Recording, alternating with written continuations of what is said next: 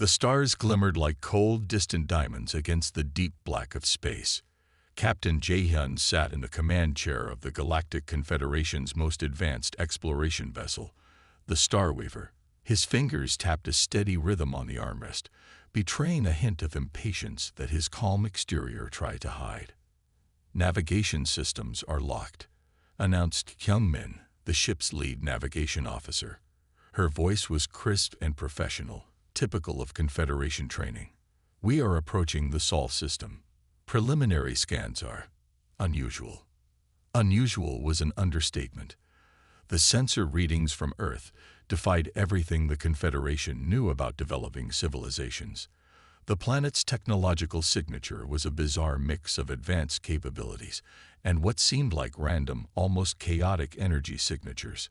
Jae-hyun leaned forward, his silver-gray uniform reflecting the soft blue light of the holographic displays. "What exactly are we seeing, Kyung-min?" She zoomed in the holographic view. Satellites and space stations orbited the blue-green planet in patterns that looked more like a child's scattered building blocks than a carefully planned infrastructure. Communication networks crisscrossed the planet in tangled webs of signal transmissions. Some areas showed incredibly advanced technology, while others appeared almost primitive by galactic standards. "The data doesn't make sense," Kyung-min muttered, adjusting her translation matrices. The Universal Communication System was the pride of Confederation technology, capable of decoding and translating virtually any known language in the galaxy. The first transmission came unexpectedly. "Hold on a second." A male voice crackled through the communication systems. There was a loud bang, followed by what sounded like a wrench clanging against metal. "Sorry about that. Equipment's being tricky today." Jae-hyun and Kyung-min exchanged bewildered looks. This was not the formal protocol-driven first contact they had expected. Confederation first contact procedures involved elaborate diplomatic scripts, carefully prepared introductory statements, and measured communication.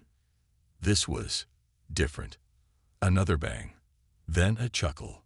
"There we go. Systems are online. Who am I speaking with?" Kyung-min's translation matrix worked overtime, analyzing every nuance of the transmission. The language was English, but not the classical, structured English in their databases. This was dynamic, fluid, filled with subtle contextual meanings that challenged the most advanced translation technologies. "I am Captain Jae-hyun of the Galactic Confederation Exploration Fleet," he responded, maintaining diplomatic protocol. "The research facility floated in deep space, contact a massive complex of interconnected modules that represented the pinnacle of Galactic Confederation technology." Then laughter. "Inside its most secure laboratory, controlled chuckle of a trained representative worked on something but looked more like controlled chaos sound than scientific research." "Cool." Screens displayed impossible data. "I'm Dongwoo. Holographic projection showed weapons want to see something interesting. Every known principle." Before Jae-hyun could respond, the alien sensors lit up with a cascade of unexpected data. Something was being transmitted, not a message, impossible, not a communication protocol. We're not just modifying weapons, but what seemed like a series of technical Confederation researcher. They were incomplete. We're reimagining how with annotations that made little sense to the trained Confederation analysts. Half-finished prototypes sat next to complex mathematical equations. These schematics, biological modifications to our own mechanical components. Some of the equipment looked like it had been modified. We've never shared our technical specifications held together with materials that seemed completely inappropriate for high-tech engineering. Genuine confusion. A young alien researcher. This was not how first contact was supposed to happen. This was something entirely new, he said, pointing at no idea what looked like it was assembled. The Galactic Confederation's flagship hung in space. Jin looked like a massive crystal of silver and blue. He replied. Its life support systems were considered the most advanced in the known universe. A marvel of civilization that had taken 3 generations of the most brilliant biology scientists, mechanics, quantum physics, and now humans saw connections, alarms. They didn't just think outside the box. Red warning lights pulsed with an urgent rhythm. The weapon they were developing was more than just a wall of complex machinery. It was a living system. His face a mask of professional concern and change faster around any technology. A team of the Confederation's top engineers worked Dr. Kang reviewed the initial test results, dancing across holographic His multiple eyes blinked in confusion. "Oxygen recycling. These readings make no sense," reported Yansu. The lead systems analyst. Exactly. Her voice was tight with controlled panic. The weapon system incorporated approximately 6 hours before critical failure. Biological neural networks. The ship's medical team was already preparing emergency protocols. Mechanical components were designed to mimic living failure meant certain death. It was as if the Confederation had protocols for every possible half-living creature. Except we're treating the weapon like a living thing. Dongwu watched from the corner of the engineering bay. Not just a human observer, but something that part of the first diplomatic exchange between and solve problems. And the Galactic Confederation researchers were divided. His presence was supposed to be ceremonial, others a gesture of goodwill. This wasn't just a new weapon to do anything. This was a completely new way of thinking about technology. May I take a look? Jisoo watched a prototype come to life. Min-Ki turned, it didn't ready to dismiss the human. It seemed to wake up. But something in Dongwu's eyes stopped him, adjusted itself. It wasn't arrogance, almost like it wasn't confidence. It was something possible.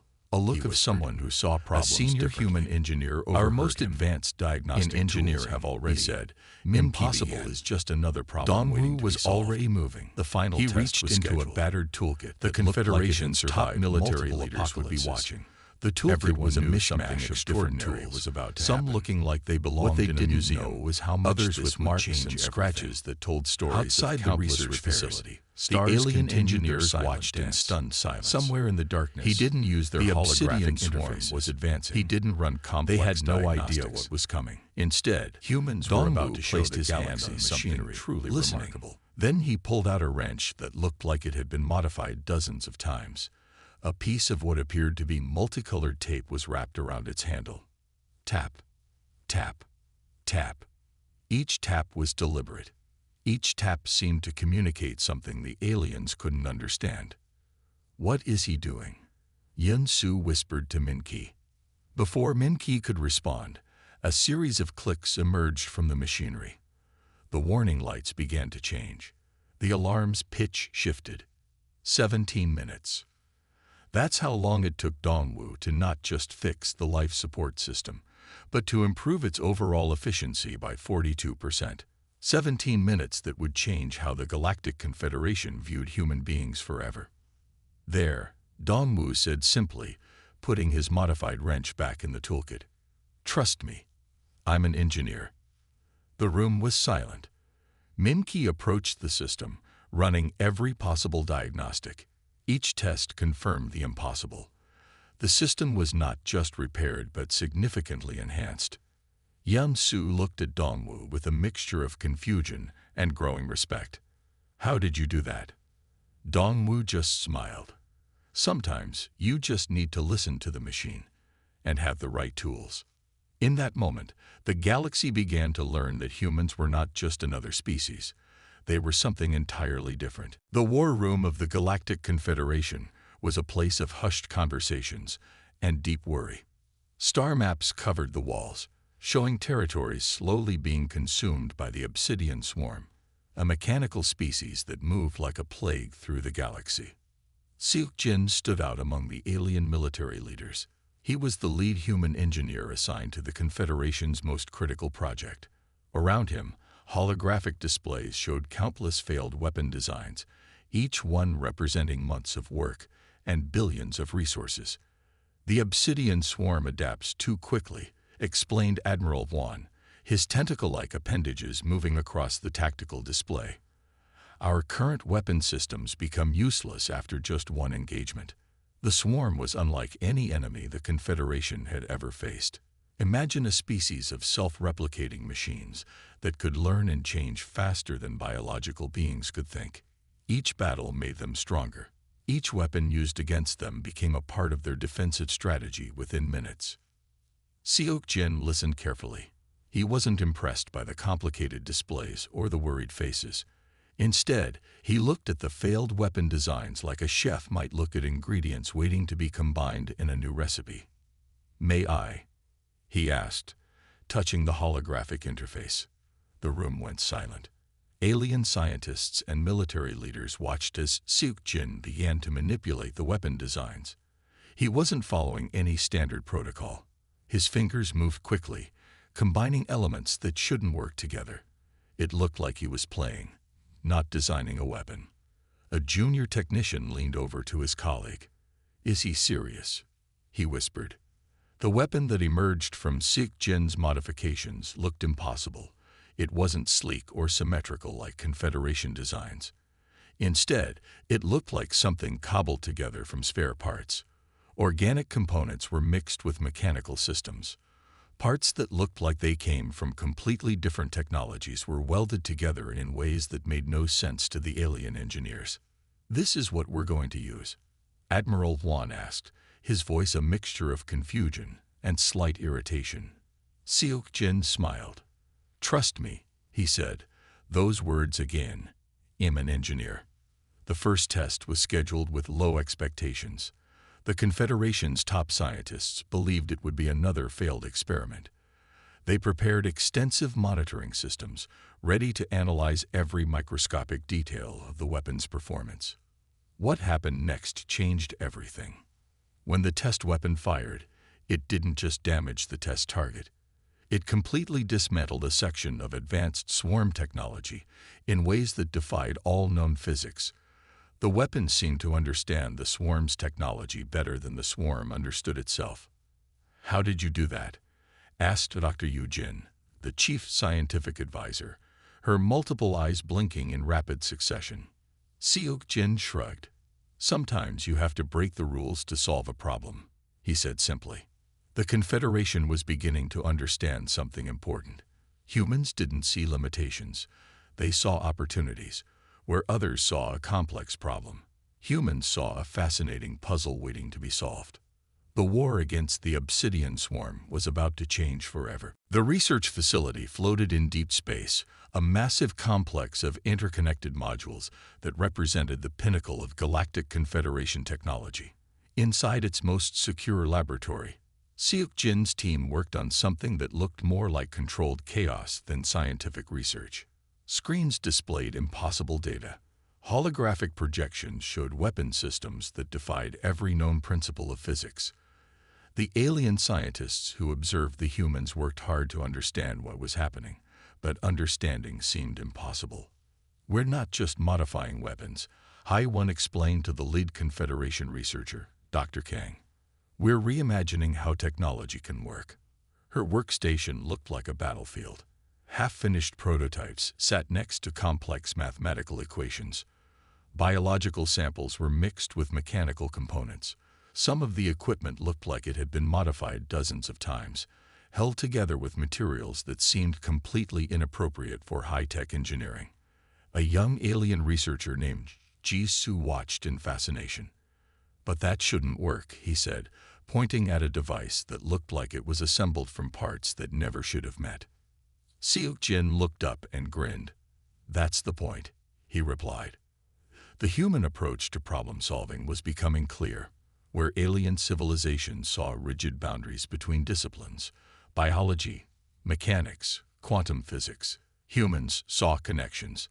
They didn't just think outside the box. To them, the box didn't even exist. The weapon they were developing was more than just a tool of war. It was a living system that could adapt, learn, and change faster than any technology the Confederation had ever seen. Dr. Kang reviewed the initial test results. His multiple eyes blinked in confusion. "These readings make no sense," he muttered. HFY nodded. "Exactly," she said. The weapon system incorporated principles that seemed impossible. Biological neural networks were integrated with quantum computing systems. Mechanical components were designed to mimic living organisms. It was as if the humans were creating something that was half machine, half living creature. "We're treating the weapon like a living thing," Seok Jin explained during a briefing. "Not just a tool, but something that can think, adapt, and solve problems." The Confederation researchers were divided. Some were excited. Others were terrified. This wasn't just a new weapon. This was a completely new way of thinking about technology. Ji-Soo watched a prototype come to life. It didn't just activate. It seemed to wake up. The device moved, adjusted itself, almost like it was breathing. "How is this possible?" he whispered. A senior human engineer overheard him. "In engineering," he said, "impossible is just another problem waiting to be solved." The final test was scheduled. The Confederation's top military leaders would be watching. Everyone knew something extraordinary was about to happen. What they didn't know was how much this would change everything. Outside the research facility, stars continued their silent dance. Somewhere in the darkness, the obsidian swarm was advancing. They had no idea what was coming.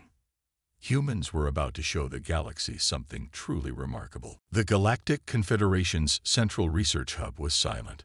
Holographic displays flickered with data that seemed to challenge everything they knew about technology, innovation, and problem-solving. Dr. Kang assembled a special team to understand the human approach to engineering. They had collected months of research, observation, and interview data. Now they would try to make sense of something that defied all logical explanation. Humans are different, began the lead researcher, her tentacle-like appendages moving across the holographic display. They do not see problems the way we do. The presentation room was filled with the top minds of various alien species. Each had spent decades, sometimes centuries, studying technological development. They expected a complex, detailed analysis. What they got was something entirely unexpected. The core of human engineering philosophy could be broken down into a few simple principles. 1. If something works, it works. Humans didn't care about perfect theoretical designs. They cared about results. A solution didn't need to be beautiful. It just needed to solve the problem. Where alien engineers would spend years perfecting a design, humans would create something that worked now. 2. Theoretical limitations are just suggestions. Most alien civilizations saw scientific limitations as hard boundaries.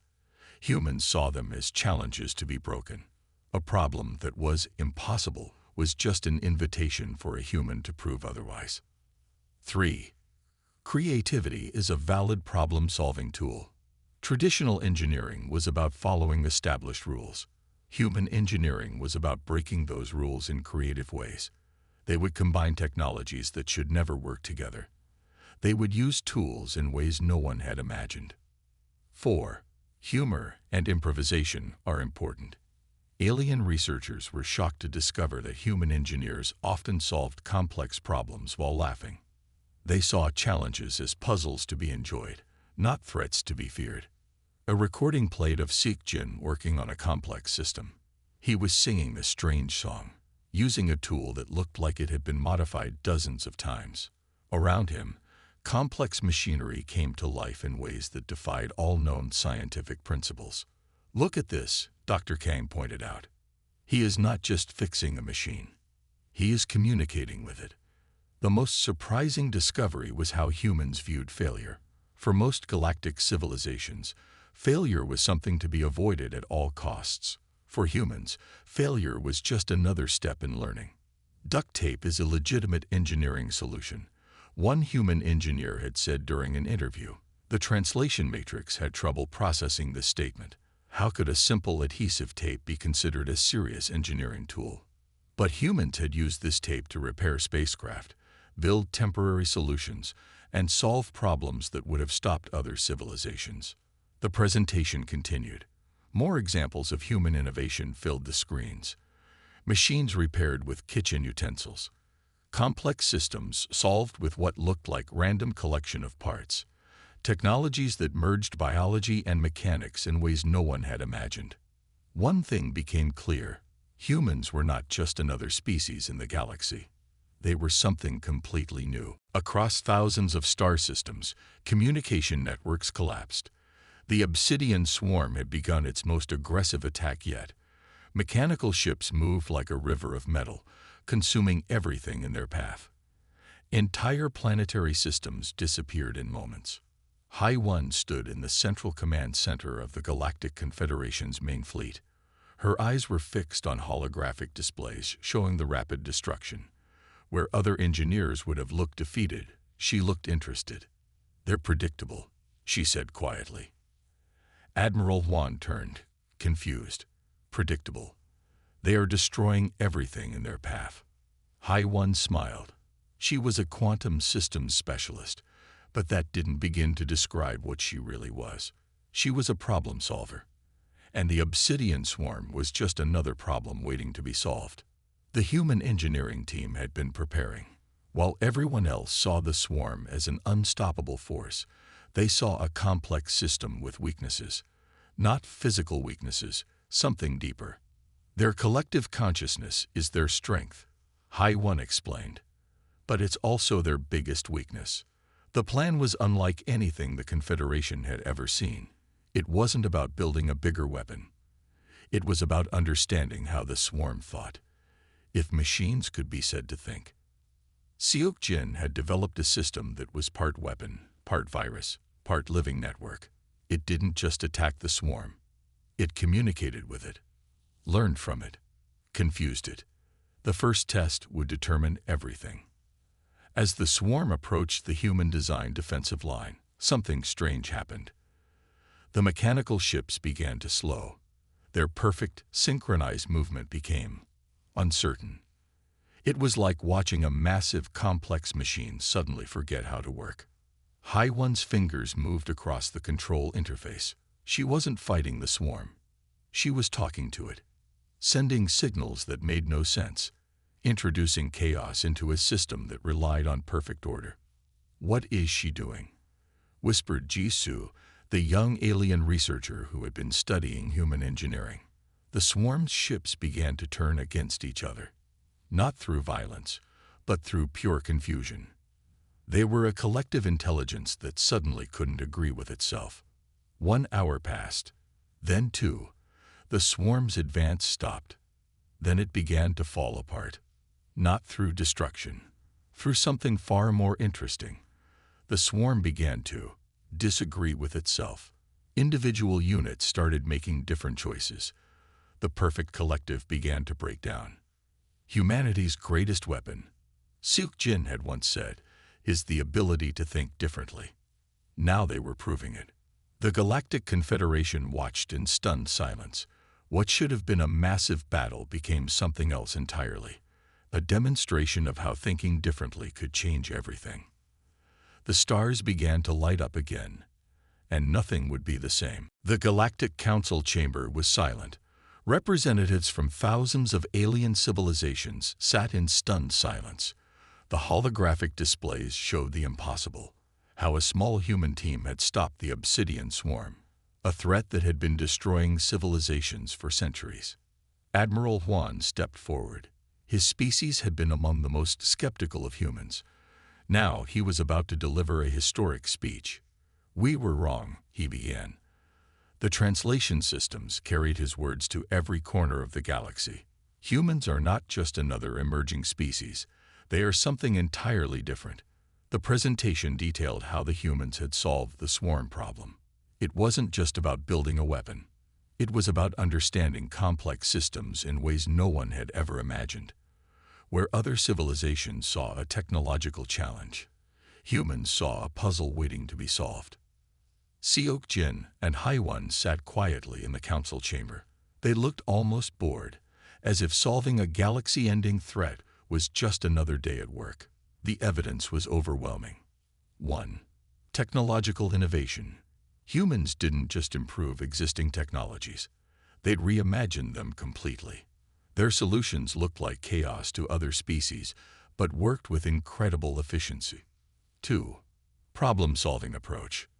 While other civilizations followed strict scientific protocols, humans saw rules as suggestions. They combined technologies that should never work together. They used humor and creativity as serious problem-solving tools. 3.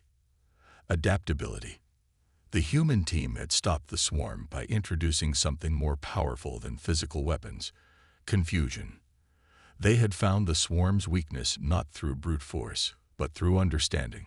The phrase, "Trust me, I'm an engineer," is no longer a joke, explained Dr. Kang, presenting the final report. It is now a statement of capability. The council chamber erupted in discussions. Some alien representatives looked worried. Others looked excited.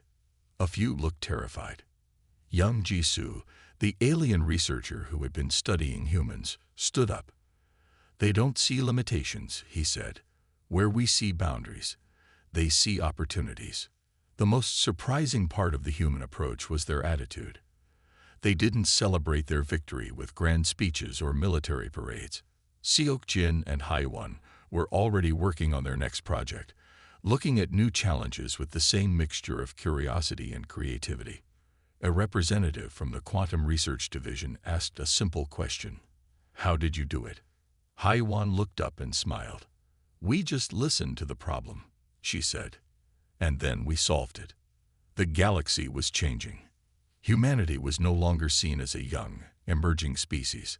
They were now recognized as innovation catalysts, technological wildcard specialists who could solve problems that had stumped galactic civilization for millennia. The stars seemed to shine a little brighter that day. The research station orbited a distant star, a testament to how quickly everything had changed.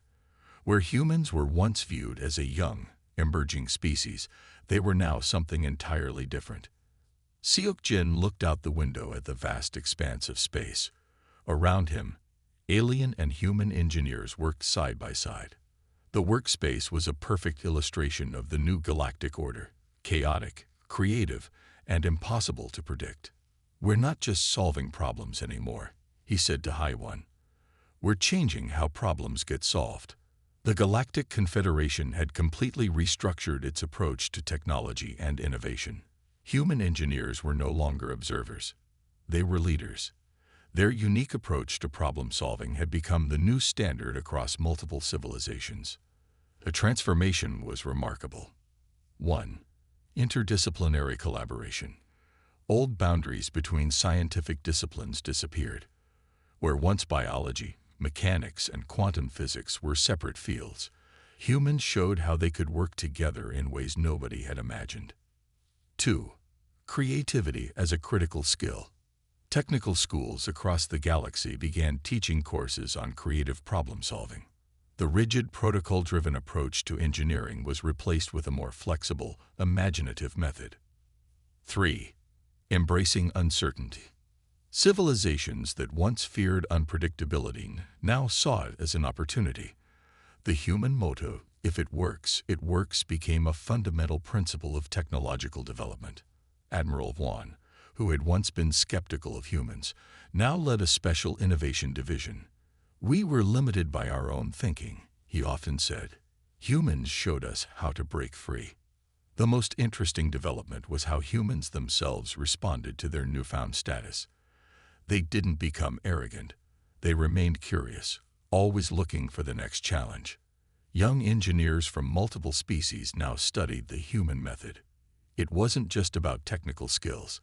It was about a way of thinking, a way of seeing the world not as a collection of limitations, but as a series of fascinating puzzles waiting to be solved.